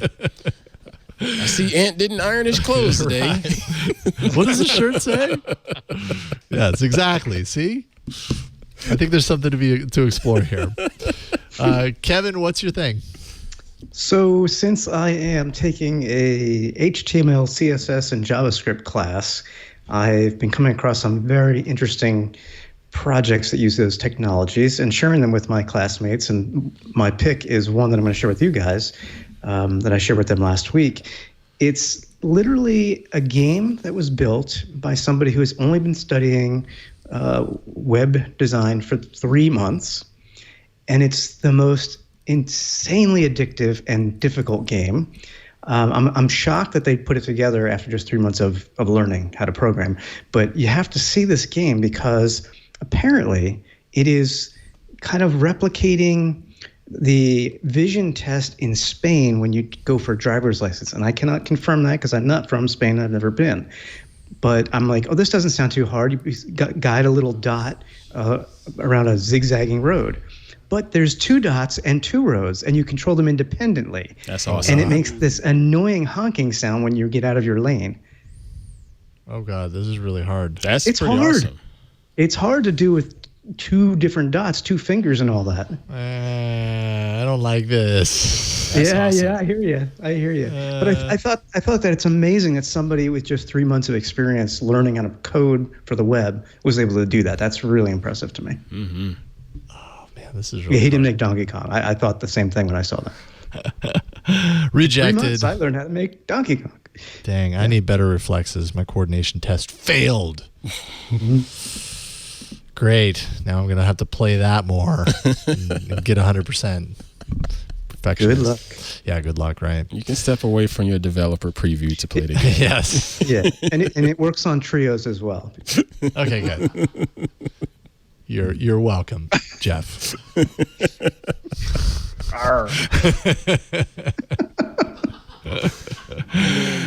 Oh my God, I'm scared. And quick, what you got? I have a great resource from one of my friends at Adobe. Mr. Jason Levine is the principal worldwide evangelist of Premiere Pro and audio at Adobe. And I learned a lot from him as far as editing audio and just going through Adobe Audition and Premiere Pro. And he has a free playlist on his own personal YouTube channel, even though he's an Adobe guy, but this is his own stuff. So he speaks quite freely, I should say, from time to time in some of his videos about the process and so forth. But he does a really good job of breaking down the ins and outs of, properly editing audio for your videos or just mixing for your music if you're trying to put an album together. And nice. It's a really, really good course. Love it. That's great. So let's see here. So it's a whole series of videos, a whole playlist all around. And this is Adobe Audition. It's all Adobe Audition, but he explains it in the fundamental values because you can still put this in, in another, was it Pro Tools? Yeah. You can still apply to Pro Tools. Yeah. Right on. Love it. Some of those fundamentals are really hard to understand. Like compression is one thing that people have a really hard time with. So if you get someone who knows how to explain it and kind of show off the fundamentals of that, I was so grateful for that. Yeah, totally. My tool is, it's an upcoming tool. I figured I would just use this opportunity to promote my new show. Why the heck not? Because it kind of falls in line with tools and tips and all that stuff. It launches tomorrow with episode 1. It's called Hands on Android. And really, it's just meant to be tips, tricks, explainers, kind of deep dives into just the different facets of Android, and hopefully can kind of take you from Android novice to Android doer, Android pro, whatever you want to call it. And so tomorrow's episode is episode 1. It's a focus on digital well-being, kind of the tools and functions of digital well-being and how you can use it to kind of craft your time with your smartphone. If I was nimble enough, I would have episode 1 be about an Android 11 preview that just announced this morning. But there's no way to get it recorded and edited in time for tomorrow. So that's not going to happen. You accept that deeper challenge. Analysis will occur. Yeah. But that's my hope also with this show. My plan with it is to have it be the platform to do deep dives into things like a new OS update, that sort of stuff, to be able to show those features. Twit.tv/HOA. HOA for Hands on Android. It's going to be great, dude. Yeah, starts tomorrow, so I'm very excited about that. Hey, Basil. Awesome. Thank you. But that is it for this week's show. This Week in Google is finito. It's finished. And could not have done it without you three gentlemen. So thank you so much for hopping on. Good job. Kevin Toffel, thank you for taking some time to hang out with us about Chromebooks. AboutChromebooks.com is the website that people can go to follow all of your musings about Chromebooks, right? That is correct. And thanks for having me. I appreciate it. About Chromebooks and Always about code that he finds. You can't leave that out because he always posts about little snippets of code that he finds too. Nice. AboutChromebooks.com. And then Jeff Jarvis, BuzzMachine.com. Anything else you want to throw out there before? I can't decide. another GIF opportunity for anyone who's... I know Mr. Kevin has it. Thank you, Jeff. Always so much fun doing this show with you. Pixel 5 imitation. Ooh, that's right. Well done, Kevin. Well done. Thank you, Jeff. And thank you, Ant. Always fun doing the show next to you here. Twit.tv/hop. /hop, baby. Not focus. Hands-on photography. Hands-on photography. Twit.tv/hop. Good old tips and tricks. And a little bit of tutorials going through Lightroom, Photoshop, and, showing you how to use those tools. And tomorrow's episode is going to be another fun one. Building upon some of the stuff that we've talked about previously, because that's how you learn. You build. Practice and build. Practice and build. And you can kind of see there's a little bit of a theme with our shows recently, right? I don't know. It seems like something about hands. Having hands on, on things, on technology. Yeah, it's kind of a theme. Seems like it. I'm going to do the show Hands Off the Internet. Techno, in parentheses, techno moral panic. Panic. Yeah, moral panic. Bring back my printing press. Panic. Right on. Thank you, Karsten. Thank you, Kevin. Thank you, Jeff. Thank you, Jason. Yeah, thank you, chat room, and thank you, everyone, for watching. This has been a lot of fun. It's always fun to be able to hop in and do this. twit.tv/TWIG is where you can go to subscribe to the show. If you haven't already subscribed, hopefully you have, but if you haven't, you've got all the links there with which to do so. You can find all the episodes, audio and video, are on the page, as well as links to the feeds. And I mean, you can do it all. You can do all that stuff on the page, or you can do it in your favorite podcatcher, whatever it happens to be. I would just say just subscribe so you don't miss any episodes. twit.tv/TWIG. And we record live every Wednesday, 4 p.m. Eastern, 1 p.m. Pacific, 2100 UTC. If you want to watch live, you can. twit.tv/live is the place to go. That is it for this week. Thanks to everyone for another wonderful show of This Week in Google. We'll see y'all next week. Bye, everybody.